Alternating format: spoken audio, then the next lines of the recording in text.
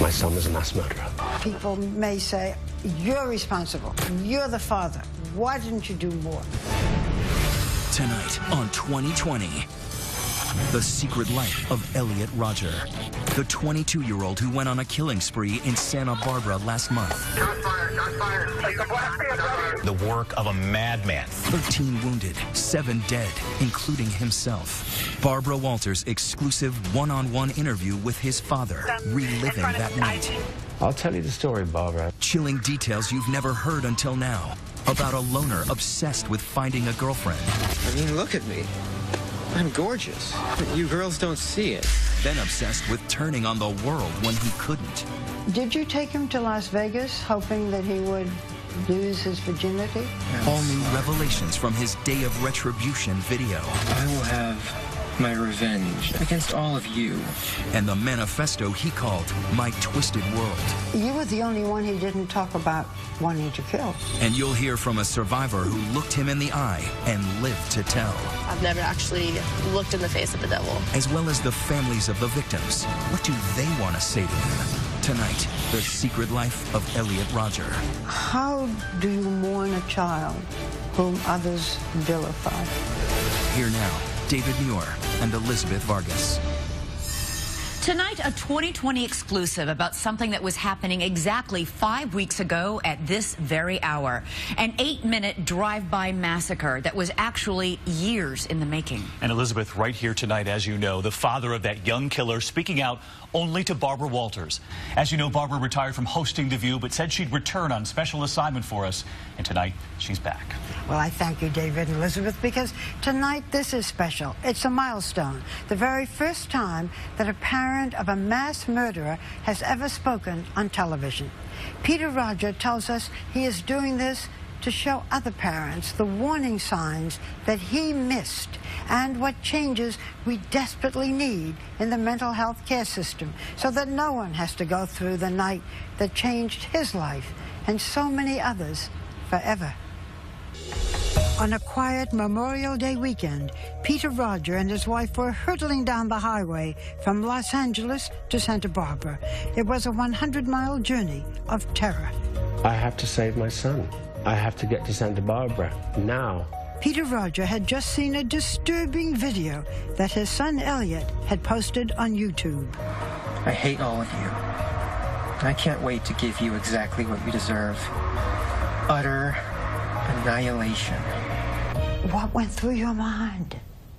I can only describe like a really dark force of horrible energy that hit me. What were your fears for him? I felt for his life. I didn't know what he was doing, and then suddenly he's saying he's going to do other things to other people. I was confused. I just wanted to go and find him and talk to him. I mean, we were driving up there not knowing what to do, trying to get information.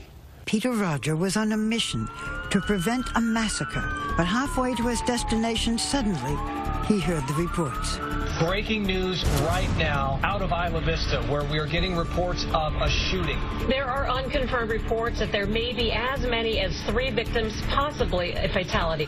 The death toll could be climbing. Shots fired, shots fired. Did you know that this was your son, the shooter? No. God, good Lord, no. We were just driving up there in absolute fear for him and confusion. Witnesses say a BMW with 2 people inside had people open fire and also run over people. I was hearing, you know, reports of a black BMW, and I was going, oh, no, no, no. And we were on the phone at the same time to the police, and they were saying, we don't have any information for you, no information. The driver of that BMW was his 22-year-old son, Elliot. Santa Barbara County Sheriff Bill Brown is calling the mass shooting the work of a madman, but say at this time, the threat appears to be over and the suspect is dead. 7 people died that night, including the shooter, Elliot Rodger. 13 others were hospitalized. For Peter Rodger, those memories are a waking nightmare. How are you? Every night I go to sleep. I wake up and I think of those young men and young women that have died and that were injured and were terrorized. And my son did that. When you wake up in the morning, what do you think? It's like a reverse nightmare situation. When you go to sleep normally, you have a nightmare and you wake up and, oh, everything's okay. Yeah. Now I go to sleep, I might have a nice dream. And then I wake up and then slowly the truth of what happened dawns on me. And, you know, that is that my son was a mass murderer. And then I think about the victims and I think about what he did. And I'm trying to process it. But who was the young man behind the rampage, and why did he do it? Hi, Elliot Rodger here. Were there clues in the disturbing jigsaw of videos he left behind? And what were his 137-page so-called manifesto reveal about the private agony of a psychotic mind? It's titled, My Twisted World. This is the story of how I, Elliot Rodger, came to be. It is a story of a war against cruel injustice. This tragedy did not have to happen, but humanity forced my hand. Elliot Rodger was born in London and was brought to America at the age of 5. His Malaysian-born mother, Lee Chin, was a unit nurse in the movie Indiana Jones and the Last Crusade. His father directed television commercials and worked on the hit film Hunger Games. In the beginning, Elliot had a seemingly normal childhood. He was adorable. He would laugh so much that sometimes we were worried he would choke. But it was really wondrous, those first 4-5 years of his life. It was wondrous. You loved Elliot. I loved Elliot. Elliot loved you. Yeah. But at the age of 7, Elliot's parents got divorced. 1 year later, his father had remarried, this time to Moroccan-born Samaya Akabon, an actress who appeared in the Hollywood blockbuster Green Zone. It was during those years that 7-year-old Elliot began his long treatment in therapy. Why did you think he needed it? When we realized he had social issues, we brought therapists in to try and help him integrate into society. Did he have trouble with other children, with making friends? He did. He had very few friends in elementary school because he was a very, very, very, very shy boy. And we just felt that that was his issue. On the surface, Elliot seemed destined for a life of success and privilege. Peter Rodger's work gave his son access to Hollywood's elite. From an early age, it was a world he longed to join. My little 9-year-old self realized that there were hierarchies, that some people were better than others. Jealousy and envy. Those are two feelings that would dominate my entire life and bring me immense pain. By any standard, the Rodger family was living the good life. But those tantalizing glimpses into Hollywood's inner circle would always leave Elliot resentful and wanting more. Did he blame you for the fact that he wasn't a rich kid? He just had illusions of grandeur. Even if he couldn't make it himself, he wanted to feel in a position where we would somehow provide it for him. The relationship that Elliot shared with his father had always been complicated. Peter Elliot was the Mount Everest his son could never reach. You are a very good-looking man. Did he realize that? Did that please him? Was he... He was jealous of me, the way that I looked. The shy young boy harbored fear and self-doubt.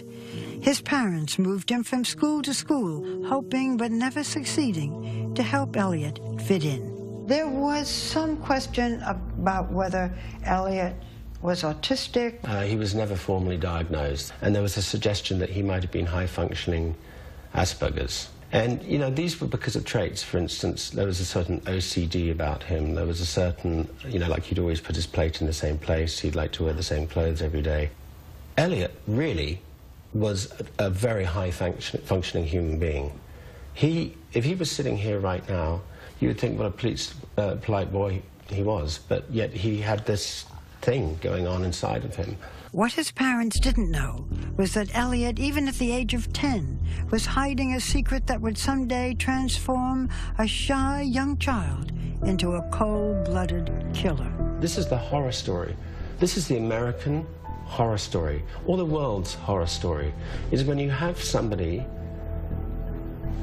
who on the outside is one thing and on the inside is something completely different, and you don't see it.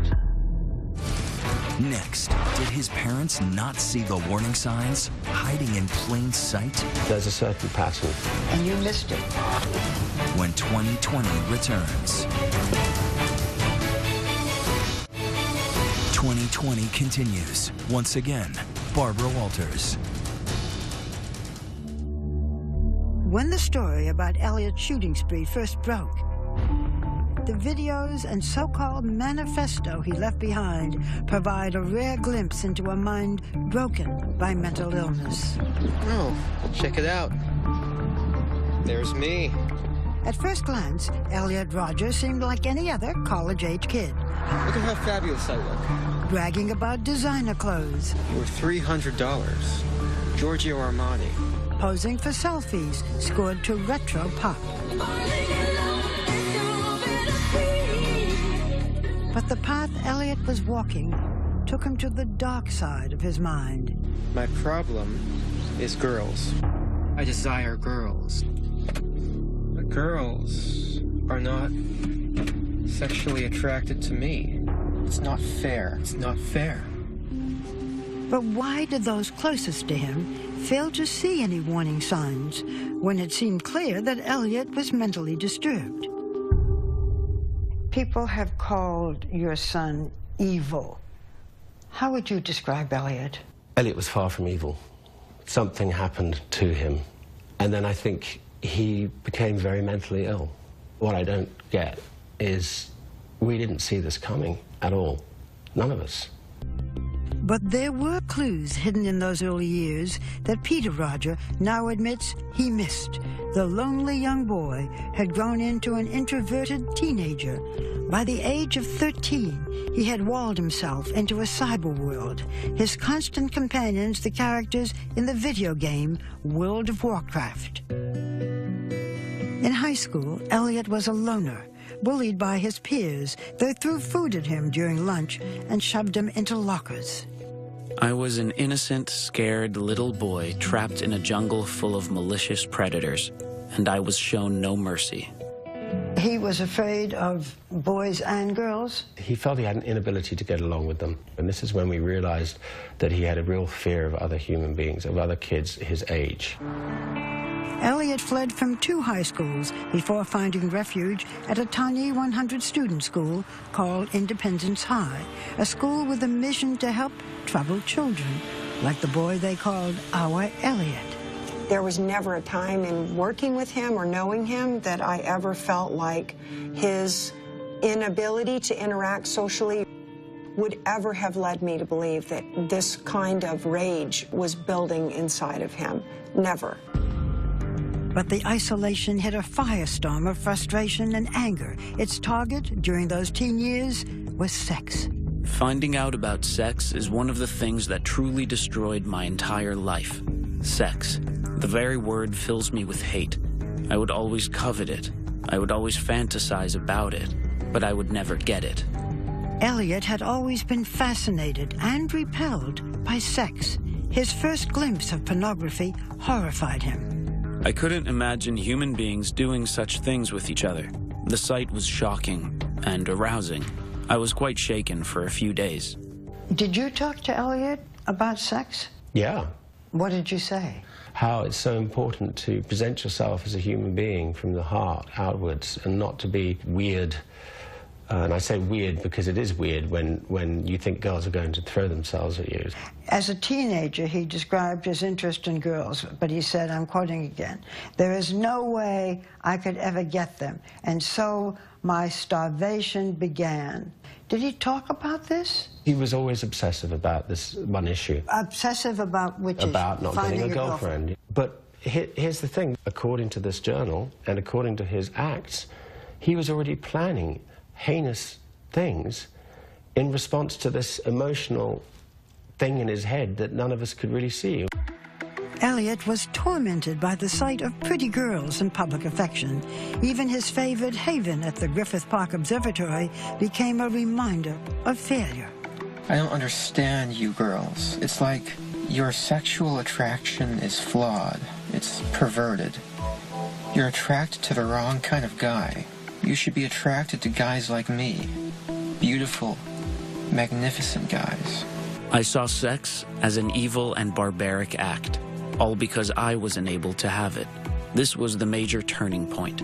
If I can't have it, I will destroy it. If Elliot had had the sex that he says he wanted so much, would things have been different? I don't think so, because I think he had a condition. He had a very seriously advanced mental condition, and I think that whatever would have happened, even if he got a girlfriend, wouldn't have been able to have made him into the happy human being we wanted him to be. Did you take him to Las Vegas hoping that he would lose his virginity? No, I suggested to him that perhaps, you know, if his blocking point was having sex, then perhaps, you know, in Las Vegas there might be an opportunity where it's legal for him to have sex. But he didn't want to go? He didn't want to go because he wanted to be loved for his heart. Retrospectively, I think it wouldn't have helped at all. It wouldn't have? No, because retrospectively I realized how sick he was. But you know you can have these same things and not have another Elliot. You can have kids who are frustrated and don't have girlfriends or boyfriends or, you know. No, but when you put a combination together, there's a certain pattern. And I think it's important to talk about those patterns. And you missed it. Yeah, too right I missed it. I wish I could turn the clock back for the victims, for our family, for all the scars out there. By the time Elliot reached his 18th birthday, the shy young boy had vanished, leaving only resentment and anger. Too terrified to approach young women, it was easier to hate them. That's a problem that I intend to rectify. I, in all my magnificence and power, I will not let this fly. It's an injustice that needs to be dealt with.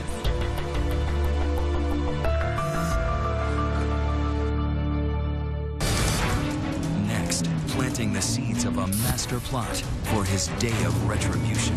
I mean, look at me. I'm gorgeous. But you girls don't see it. And maybe the biggest miss of all that led to the massacre when 2020 returns. We return to the secret life of Elliot Rodger. Once more, Barbara Walters. For Elliot Rodger, Santa Barbara was the picture-perfect version of his ideal life.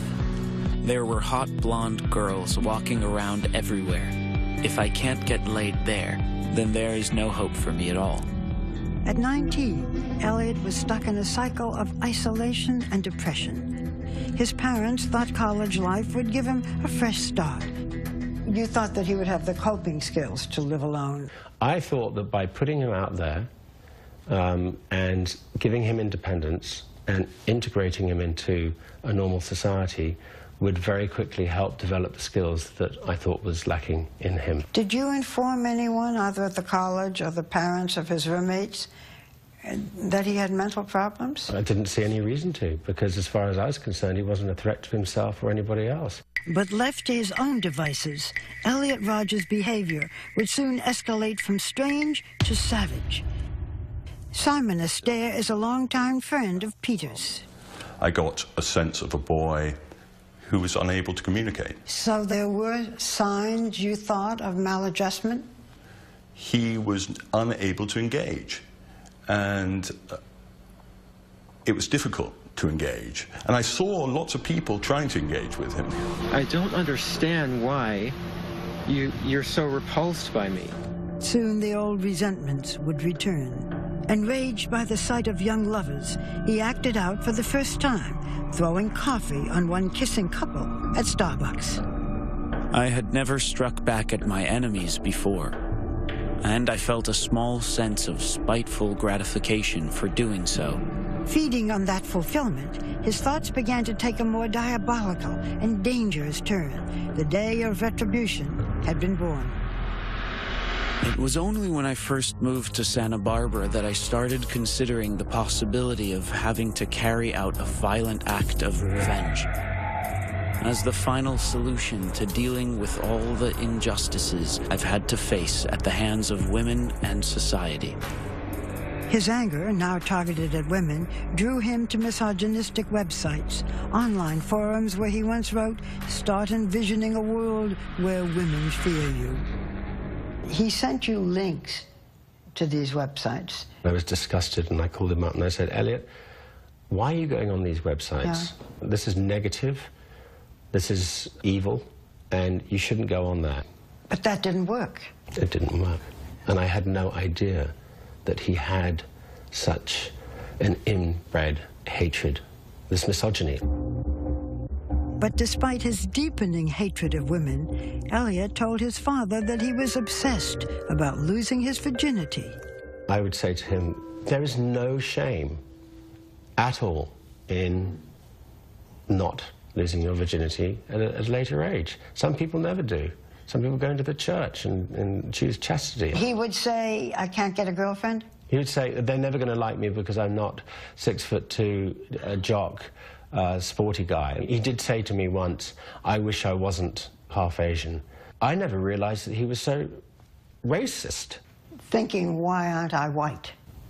Correct.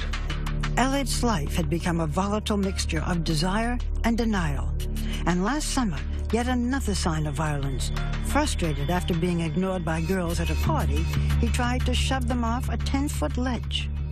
He got into an altercation verbally with a couple of girls, and then he was picked on, and then he was thrown off the balcony. But it turns out that he was trying to push girls off the ledge.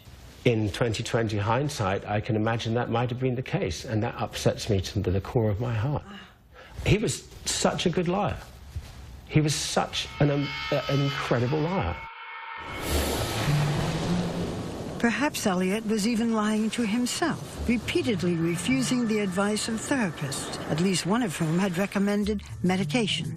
But Elliot would say, "I'm not sick, I'm not going to take that." And because he was of an adult age, he refused to not only take that medication, but refused to go back to see that particular doctor. Would the medication have made a difference? According to his doctor, it would have made a hell of a lot of difference. There are people who say that a father with a mentally unstable son should not have allowed Elliot to live on his own. I didn't know I had a mentally unstable son. I had no idea. He had a secret life that he became incredibly brilliant at hiding. Hey, Elliot Rodger here. But that secret life was spinning out of control. There's me, all my fabulousness. With no official diagnosis of mental illness, he bought not one, but 3 handguns. Elliot had launched his plan for Retribution Day. As I fired my first few rounds, I felt so sick to my stomach. There I was, practicing shooting with real guns because I had a plan to carry out a massacre. Why did things have to be this way? It's my place of refuge. Then a pivotal moment when Elliot's plot might have been completely foiled. His mother finding one of those bizarre videos on YouTube. My life is so lonely and mundane.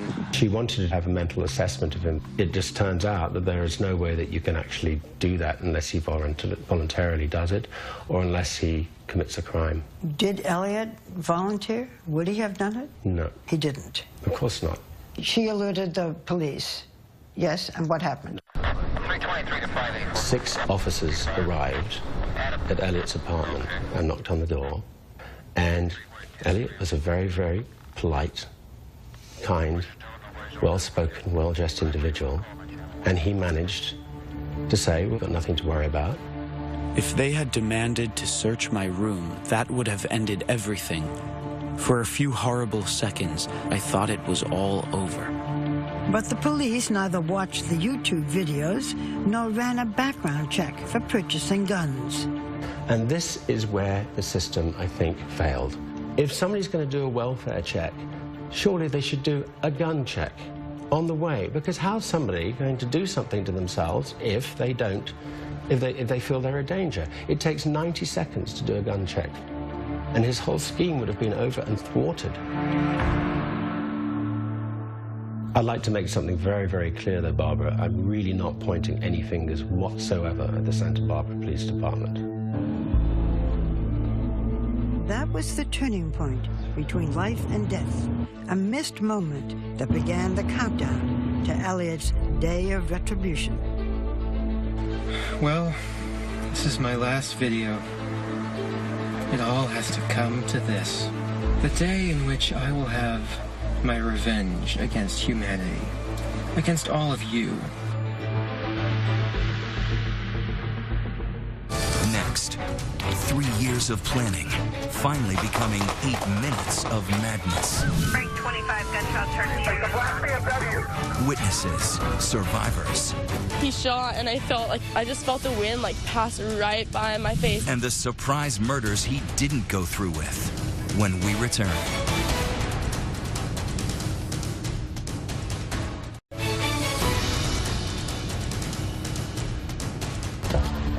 May 23rd, 2014, the sun was setting on a quiet spring night, the campus half empty over the Memorial Day weekend. But the lives of those who were there would never be the same. Hours before, we were having a great time. It was a nice day outside. It was sunny, you know. After 3 years of meticulous planning, Elliot Rodger's deranged mind brought him to what he called the day of retribution. The day in which I will have my revenge against humanity, against all of you. His parents were having dinner in Los Angeles with friends. They had plans to see Elliot the next day. He was due to come on Saturday for lunch, the day after the 24th. Do you think he already knew what he was going to do? Yeah, after reading the journals, yeah, I do. What Elliot's journal revealed was a master plan of carnage. I will drive down to my father's house to kill my little brother, denying him of the chance to grow up to surpass me, along with my stepmother, Sumaya, as she will be in the way.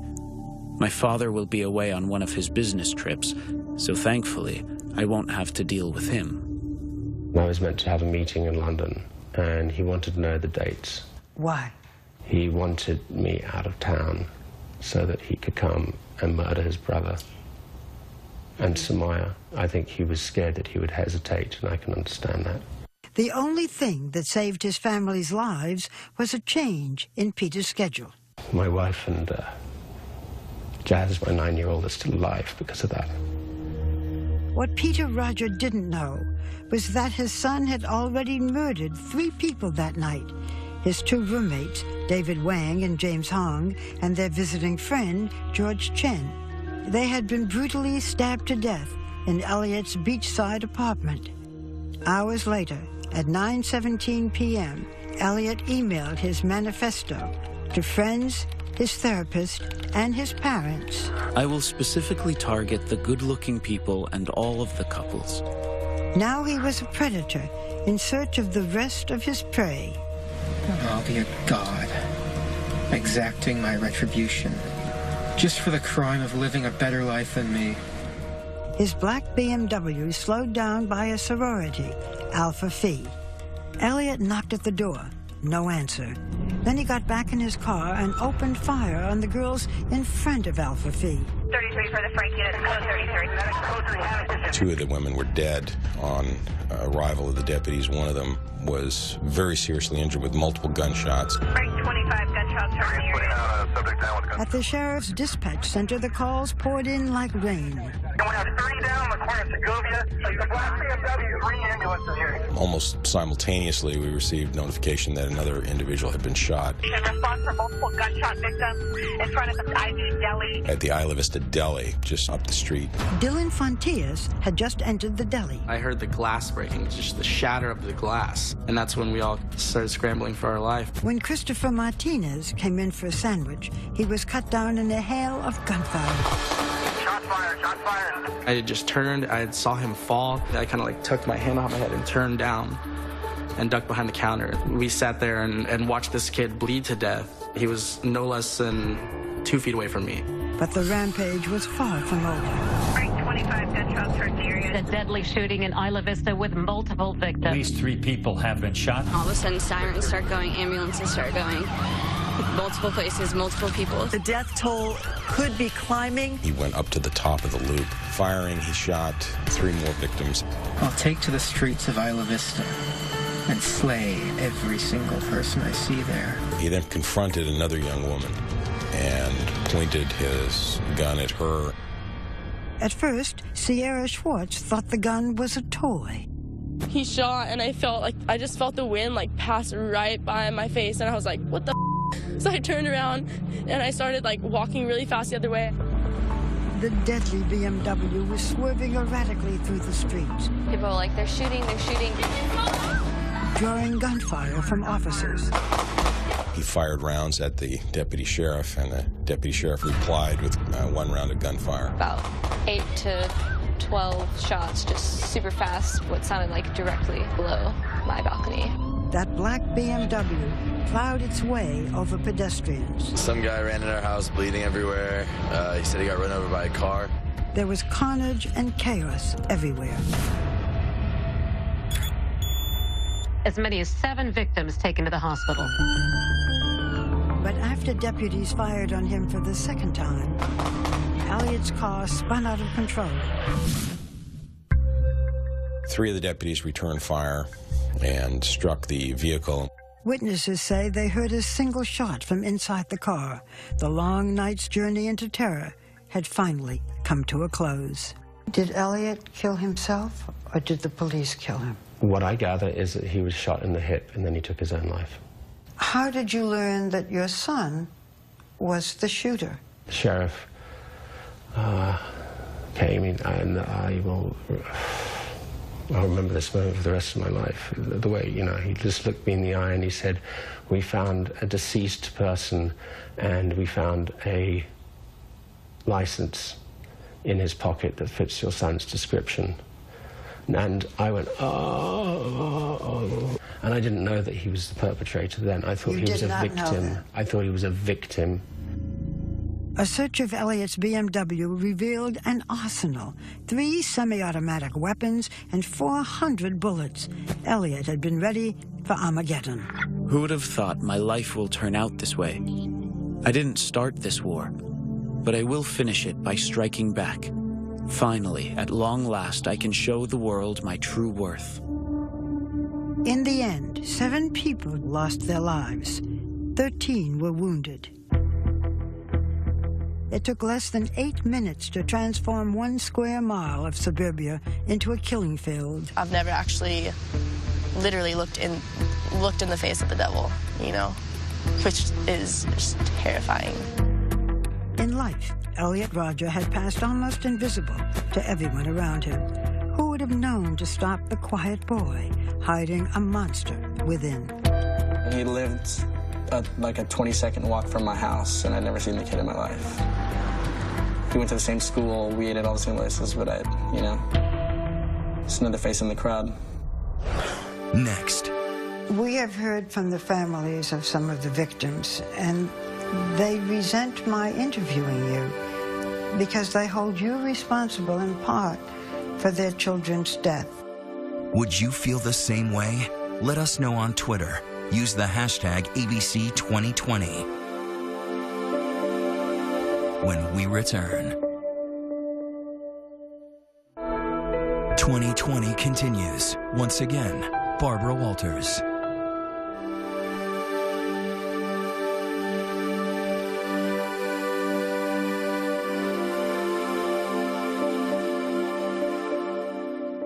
Isla Vista, a picturesque college community, was shattered by grief.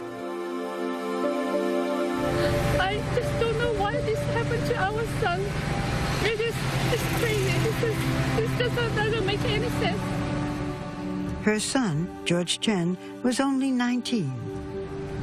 We would die 100 times, 1,000 times, but we don't want our kids to get hurt. A junior at UC Santa Barbara, George Chen was visiting his friends David Wang and James Hong, who were Elliot Rodger's roommates. the boys dreamed of one day starting a computer business together. And there are the two sorority sisters headed home that night from a day of senior week activities, excited about the summer ahead and looking forward to a future that will now never come. Catherine Cooper dreamed of being a museum curator. She was very bubbly, and she had that smile that she just made you smile, and she was like the brightest girl in the room. Her math whiz sorority sister, Veronica Weiss, was described as wise beyond her 19 years. If it had been somebody else, she'd be the one here picking us up right now. Sorry. Have you reached out to the victims, to the families? I haven't reached out to them because I think that they needed to have space and time, and I think it would have been inappropriate. Chin Rodger, Elliot's mother, has chosen to remain silent, instead telling us in a statement, "I feel the world's attention should be focused on supporting the victims' loved ones and remembering the beautiful lives that were so tragically lost." We have heard from the families of some of the victims, and they resent my interviewing you because they hold you responsible in part for their children's death. What do you say to them?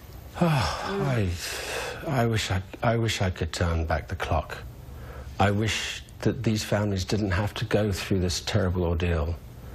It's very hard for them to understand that I didn't know the monster that was in my son. But one parent did reach out. Just weeks after that night, Rodger met with Richard Martinez, two fathers embracing, searching for common ground. It was the most moving meeting I've ever had in my life. Martinez's son Christopher was 20 years old when he became the last of Elliot Rodger's victims, shot as he was entering that deli. He was an only child? He was our only child. Your only child. Yes. He was quiet, kind, humble, graceful, funny, and at the same time one of the most competitive people you would ever meet.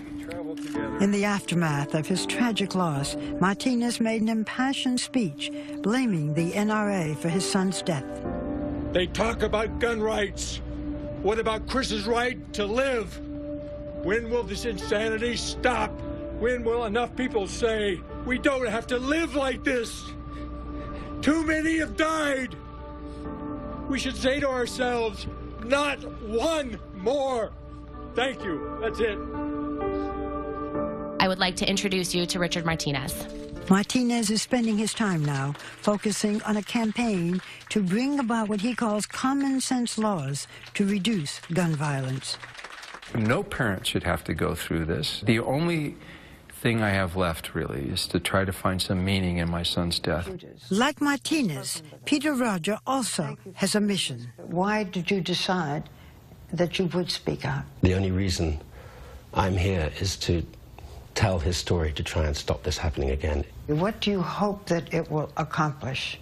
I think that there's an awful lot that can be done in this country to help families that might have another Elliot. There are holes in the mental health system, and I think that that's really got to be looked at.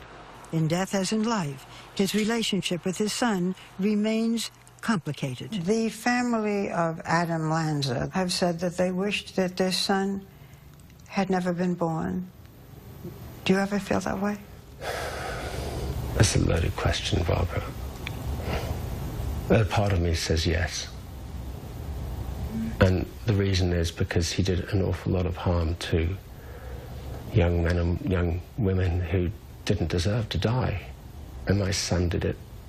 How do you mourn a child whom others vilify? It's very hard, Barbara.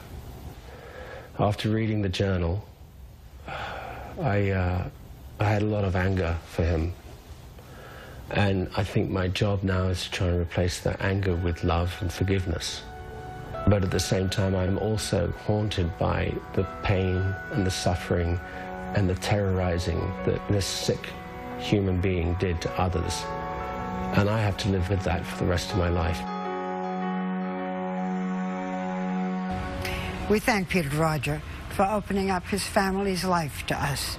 If you have a child whom you think needs mental health advice, go to our website at abcnews.com for more resources. When we come back, big news about our colleague, David Muir. We're back here tonight with a personal note about my friend, David Muir. Big news this week, if you haven't heard.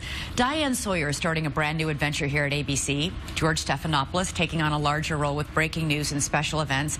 And our friend David becoming the anchor and managing editor of World News. Congratulations, but you are not leaving us here at 2020. I'm not leaving you. You're stuck with me. Good. All right, so Elizabeth and I will see you right back here next Friday night.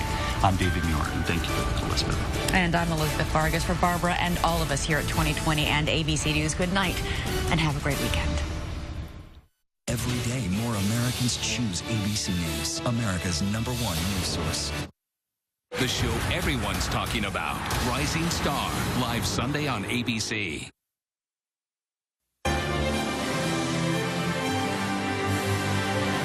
When he meets his maker, I don't think it's going to be the Lord Jesus Christ.